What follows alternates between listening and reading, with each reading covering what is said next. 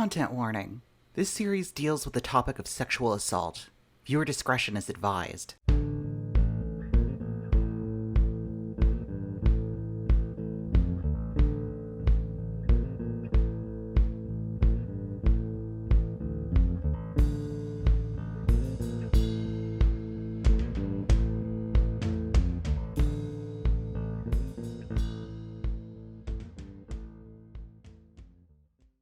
It was a cold autumn evening in downtown Chicago during the heyday of 2011's Occupy movement. I was at a Chipotle with several other people after one of the General Assembly meetings. We were all members of the International Socialist Organization, or ISO, who had gotten together to discuss the start of what ended up just being a blip in history. I remember one person with us was skeptical that Occupy would go anywhere. He was concerned that it was interrupting other projects that the group was involved with. This led to a heated discussion, but it remained relatively civil. I remember one person stating that we had to participate in Occupy per the ISO leadership's orders. I recall him saying to all of us, "How can we get the comrade to agree with the cadre line?" This should have been my warning sign that I had joined a cult. Unfortunately, this revelation wouldn't reach my still teenage brain for yet another year. Then, I saw only how I would ever disagree with the group's official stances. It really felt like a secular version of church. So this begs the question, why did I join?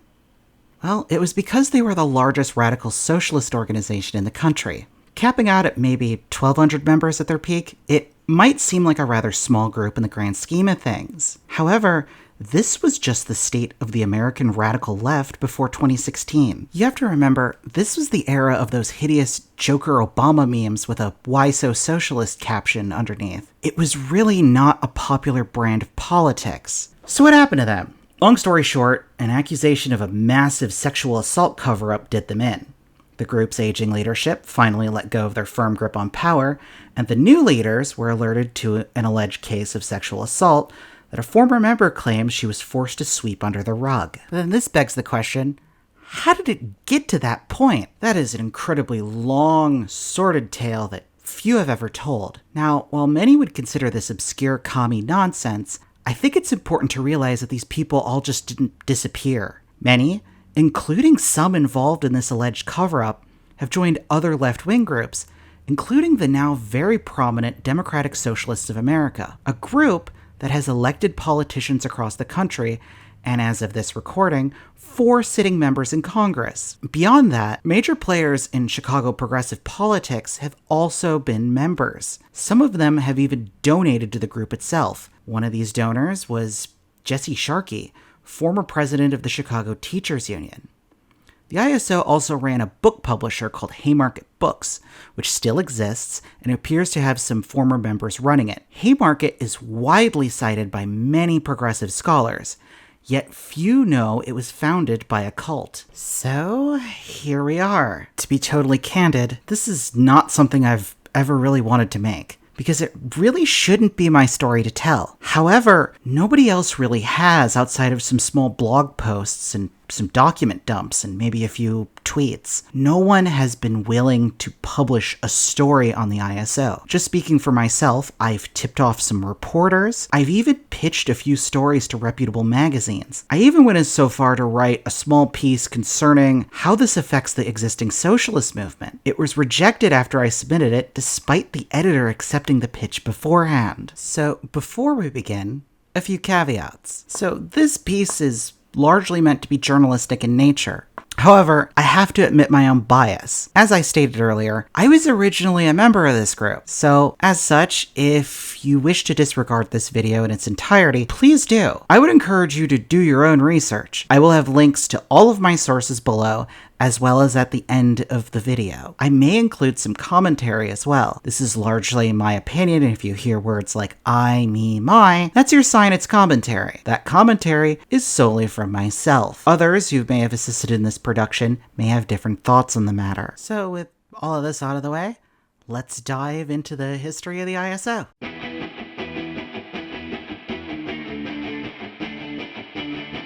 The story of the ISO technically begins in the late 1920s, with the death of Vladimir Ilyich Lenin, paramount leader of the newly formed Union of Soviet Socialist Republics. As the USSR became an oligarchy run by the Bolsheviks, a power struggle ensued between Joseph Stalin and Leon Trotsky. Both were well-known political and military leaders during the Russian Civil War, but differed bitterly on politics. Stalin wanted the Soviets to focus on modernization and establishing their nation as a world power. Trotsky, on the other hand, was willing to continue the strict revolutionary and militant character of the USSR. He wanted to continue to intervene in foreign affairs deeply, fomenting world revolution across the globe. However, Stalin was able to outmaneuver Trotsky politically, and in 1927 expelled him from government. 2 years later, Trotsky would be exiled from the Soviet Union, moving from country to country until one of Stalin's agents assassinated him with an ice pick in Mexico. During his years in exile, Trotsky developed a political movement that became known as Trotskyism. Effectively, it amounted to continued criticism of the USSR and its allies and support for global revolution. However, Trotsky always insisted the USSR was worth saving as an institution in itself. He argued it still, at its core, was a socialist country. However, the Trotskyist movement was grappling with a whole new phenomena, a new social system that had just come into existence in the previous decade. And they could not and were confused about its relationship from the degeneration of the Russian Revolution and the Russian worker state to the Stalinist counter-revolution.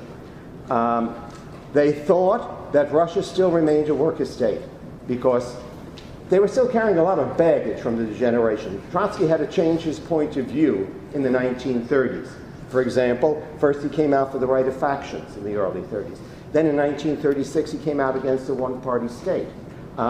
These were things that he was changing in terms of his point of view in retrospect as to what had occurred in terms of the rise of Stalinism. But he still thought that because there was nationalized property that had come out of the revolution, Russia remained a worker state. The bureaucracies are not classes, they serve ruling classes. The ruling class in Russia was the working class, even though, as he said, it was totally politically expropriated. It was, he said, in its political forms, not much different from fascism. However, economically, it was socialistic in character through nationalized property. But as Soviet foreign policy started moving in directions that many found distasteful, splits began to emerge in the movement. These eventually occurred with such frequency that Trotskyist political schisms are often mocked in left circles today. The first of these splits were from an ideological current we broadly can call unorthodox Trotskyism or Third Campism. These socialists usually broke in the late 30s due to the Molotov-Ribbentrop Pact between Nazi Germany and the Soviet Union. They argued that the USSR had become no less of an imperialist nation, and that mindlessly giving them critical support was against their interests as socialists. The traditional Trotskyist point of view was you defend the Soviet Union against imperialist attack because it is a worker state and therefore any war it engages in is a progressive war. Well, what do you do when the Soviet Union attacks, conquers, and occupies other countries? Trotsky and the Trotskyist movement said you have to support it because it's a worker state. You have to tell the workers of Poland, Finland, Estonia to greet and support the Russian Red Army as it invades your country. Okay? A minority inside the American Trotskyist movement, Max Shachtman, C.L.R. James, Martin Aburn, James Burnham, Hal Draper, Raya Dunayevskaya, and others object. They immediately say, this is an imperialist war. It's a reactionary war.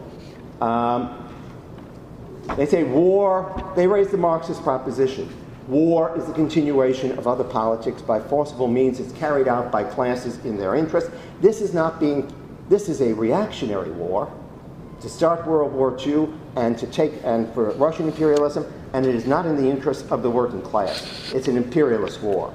This tradition is where the ISO stems from. As mentioned, these splits eventually would become commonplace in the Trotskyist movement. Numerous small groups would form as infighting would break out into factionalism. The opposition would either be expelled or quit en masse and form a new group. One of these myriad offshoot groups from the original Trotskyist movement was a group known as the International Socialists. IS was formed in 1964 by activists Hal Draper and Jill Geyer in response to the dissolution of the Socialist Party of America, the same SPA that ran Eugene V. Debs for president from jail during World War I, winning over 1 million votes. It had also been the political home of notable civil rights movement leader Bayard Rustin. Rustin had brought many of Mohandas K. Gandhi's nonviolent tactics from the Indian independence movement to the attention of a young minister and civil rights activists named Martin Luther King Jr. Many Third Camp Trotskyites joined the SPA, becoming the radical left wing of the party. This caused internal issues, culminating ironically in the SPA itself imploding. Some went on to form a more moderate group, some joined the Democrats, others attempted to make a new socialist party, and others, like the IS, went off in a different direction entirely. The IS wanted to be a mass socialist organization, but it soon realized it was a small group of mostly young college students. As the group puttered into the 1970s, IS decided to move away from the typical student activism that had been popularized by the now defunct organization Students for a Democratic Society, and instead started a policy of industrialization. This meant these white-collar, college-educated 20-somethings would go get jobs in industry and become factory workers or day laborers. From 73 to 74, there's a turn to industry by the IS. There's a policy of industrialization, which is to select, in the view of some of the leadership of the IS, you select the most important industries because those are the most important industries for American capitalism. So if you conquer those industries, you got them. Yeah, really got them. Which did elicit the comment once from Tony Cliff, said, well, why don't they just move to Japan?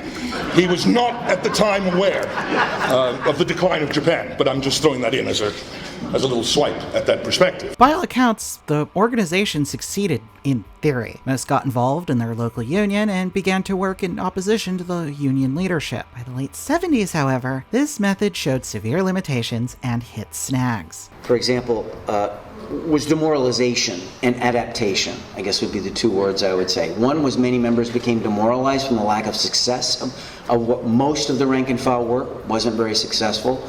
And adaptation, that is, there was a tendency among industrializing students to, and this was accentuated both by the mass work perspective, which said we should be able to lead even the most backward worker, that was put that way, but also by the misreading of the period. That is, workers were not radicalizing at that point. And so you went into a workplace, you want to fit in, you want to be a worker. And so you became uber worker. You know, as students tended to, in order to fit in and not feel like the sore thumb, hi, I'm a social, no, I'll put on the flag and put on a leather jacket and be a worker. And so it had an impact on people, which was actually conservatizing, and they adapted culturally and also politically to a climate that was not conducive to building and sustaining not just rank and file organization, but rank and file organization that's a transmission belt towards revolutionary politics, which was the idea. The group started to become more conservative in its messaging as these blue-collar jobs became their livelihoods. This conservatism was not a rightward shift of beliefs, but a change in active political messaging. As they actually adapt more to the workplace environment than are able to provide some kind of left-wing political lead. And so actually the direction of many of the activists is in a more conservatizing direction. You know, don't bring out your newspaper because somebody's going to give you shit about it. Don't talk about socialism. Just talk about trade union issues. You know, a kind of more of a political retreat as a result. In 1974, IS's leadership began obsessing over the Carnation Revolution in Portugal, which overthrew the fascist Estado Novo regime that had ruled the nation since the 1930s. IS saw this as a herald of Trotsky's world revolution. It now celebrated and fantasized about the failed coup of this new democratic government of Portugal by communist-aligned soldiers in 1975. Anticipation that, quote from memory, the huge battalions of labor will come to us, that is, in an economic political rebellion from below. That the Portuguese Revolution would, in the initial instance, if not be defeated, at least produce a much bigger PRP and a bigger revolutionary left, that so rapidly, from 74 to 76, disappears. In 1976, a group of disgruntled IS members, led by Cal and Barbara Winslow, consisting of young radicals and international members, formed an opposition group called the Left Faction. There's a whole series of arguments made by a group called the Left Faction, which was 59, well, the document that I have is 59 people signed it. Ahmed can maybe correct on the exact numbers, but that document had 59 people signing it. I think at the time the organization had maybe 250 or 300 at the most members, I'm not sure, the IS, essentially argued a number of points about the IS's perspective. The main ones being the perspective is not realistic. What we thought was going to pan out, it did not. We are not, the conditions of class struggle right now are not such that you can build a workers' combat organization, but primarily what they questioned was the whole idea of industrializing all of their members, because they said that was leading to a conservatization of the membership. The faction fight was bitter and held inside the mailed convention bulletins. Members would submit polemics on political issues to an office, and it would be mailed out. Like a newsletter, just with more arguing. Actually, it could be compared to a primitive version of Reddit. These biting critiques were all over the place. Barbara Winslow and Joel Geyer even went at it over Portugal. In 1977, the annual IS convention was held, and was split between the Left Faction, the IS's majority faction, which consisted of the leadership, and the Political Solution Caucus, who wanted to negotiate a compromise. The majority faction decided to utilize obscure rules and bureaucracy to their advantage, pushing a resolution to expel the Left Faction. This angered a third of the membership. This is when the International Socialist Organization was born. Now, this tiny new group did not have many resources or members. It used what it had to organize on college campuses, as well as strengthening its international affiliations, specifically with a British group which would later on be known as the Socialist Workers' Party, sometimes referred to as the SWPUK. The SWPUK was led by Tony Cliff, an activist born in then Ottoman-controlled Palestine and known for his unique brand of Trotskyism. The main part of his theories was that the socialist states in existence were actually state capitalist, and that real socialism had never been tried. Cliff started to insert his particular brand of Marxism in all of the groups under the so-called International Socialist tradition. Part of this ideology was a strong criticism of identity politics, particularly feminism. Cliff is rumored to have said feminism wasn't a strong, empowered woman, like how Hollywood would portray them, but in reality was someone like his wife, who raised the children and was the primary breadwinner. Cliff was unable to gain employment, partially due to his politics, and also because he was stateless. Feminist journals, in particular one where Barbara Winslow was a frequent contributor, were shut down at Cliff's behest. A journal that focused on race politics, penned by a group of black socialists, was also closed. The Winslows continued to be leading members in the group until the early 80s, when a member of the British International Socialists by the name of Ahmed Sarawi began making moves against them. Originally from Egypt, he grew up in England and moved to the United States to attend Brown University in Rhode Island, before eventually settling down in Chicago. He is better known by his pen name, Ahmed Shawki. According to one source, the Winslows were the only elected officers in the entire ISO, which upset some of the members. Others suggest that it was at the behest of Cliff and the SWP that the Winslows were even removed. In 2004, Barbara recounted her time with the group. I mean, when I was in the IS and the ISO, I was not a nice person. I think, whatever it was, my personality in a sectarian group brought out the worst in me. Once I left the group, most people weren't very nice, you know? Having spent all those years in this group, you had to be hard, and you had to be this, and you had to be that. I struggled very hard about it. The only thing I can say about myself is I did not like who I was when I was in that group. I didn't have any friends. I didn't have a life.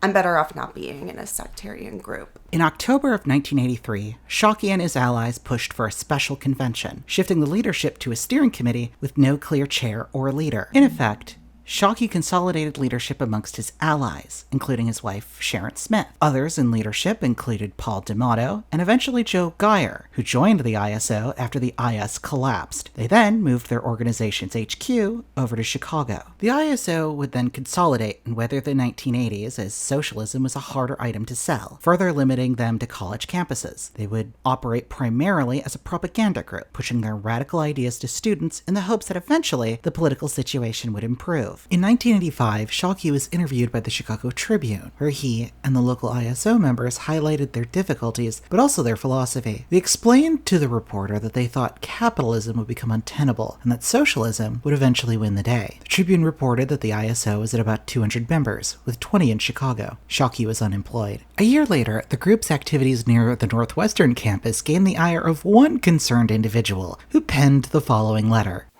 Dear, I have learned some of the details of the operation of a communist cult based in Chicago, and I think that the FBI should be informed. The group is called the International Socialist Organization, and they operate out of, if you can believe it, Northwestern University in Evanston, Illinois, and out of some buildings in Chicago itself. Their stated aim is the violent revolutionary overthrow of the United States government. They were the organizers of the attack on the Contra leader at Northwestern University. They divert money from university coffers into the organization's accounts through false, honoraria, and misrepresented fundraising activities. Their main activity is recruiting and brainwashing impressionable college students and transforming them into obedient communist troublemakers. I have observed this frightening transformation in a friend of mine. I believe the group used sex, drugs, and liquor and brainwashing techniques on him. The cult seems to me to be very much like the Moonies, only worse, because they seek to do damage to American society through violence. They have recruited and brainwashed a very rich Northwestern student who could be a source of lots of cash in the future. The cult is headed by a charismatic leader who totally dominates everyone in the cult. He is an communist educated in England. He doesn't work, he is supported by cult money, drives a fancy car, and he has a green card because of his marriage to an American girl, a brainwashed member of the cult. The name is... He advocates the violent revolutionary overthrow of the U.S. government. He promises the members of the cult a triumphant future in a new era, with him as great leader and the others as his faithful lieutenants. They seem to buy it after the brainwashing. This cult recruits lonely or uncertain students through kindness. They meet their potential recruits at meetings they sponsor on campus at Northwestern and other schools around the country. They use drugs, have their women attend potential recruits, and ply them with liquor and sex. They brainwash potential recruits through constant indoctrination and social pressure, finally making them go out on the street and sell communist newspaper. They are amazingly successful at turning intelligent students into robots. The cult turns recruits into fighters for communism who I believe would kill if given the order by... They turn promising college students into mindless soldiers of communism, who dream of the day when they can destroy our society. I saw a friend of mine go through this transformation. He was a very bright young man of Irish and English extraction. He was lonely and uncertain of his future. He fell, somehow, into clutches. I know he was seduced by one of their women. Once he was indoctrinated, she left him. My friend used to be cheerful and talkative, but he changed. He would rant about communism. Whenever you talked to him, he lost his friends. Eventually, a member of his family caught on to what was happening and came to Chicago to take him away.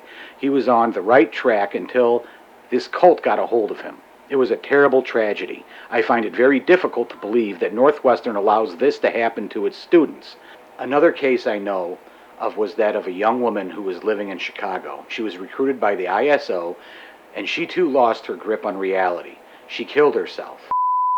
I hope this cult can somehow be stopped. He is a menace, and he wields terrible power over his communist subordinates. It would be best to neutralize him before he gets bigger, like Sun Young Moon or Lyndon LaRouche. If he gets this rich girl's money, he could develop the means to do even more damage to America and her people. I shudder to think about the possibilities. The rich girl I am speaking of, and named, she is or was a Northwestern student. Her parents live in, their phone number is, she needs help. Think what might have happened if the SLA had got money. The cult has an office somewhere near there. Their office phone number is 312-752-1500. It is listed under Aardvark Typesetting Enterprises. This office is in a residential building. It is where they publish their communist newspaper. Perhaps that is illegal and you can have them evicted. If you can get them thrown out, that might help.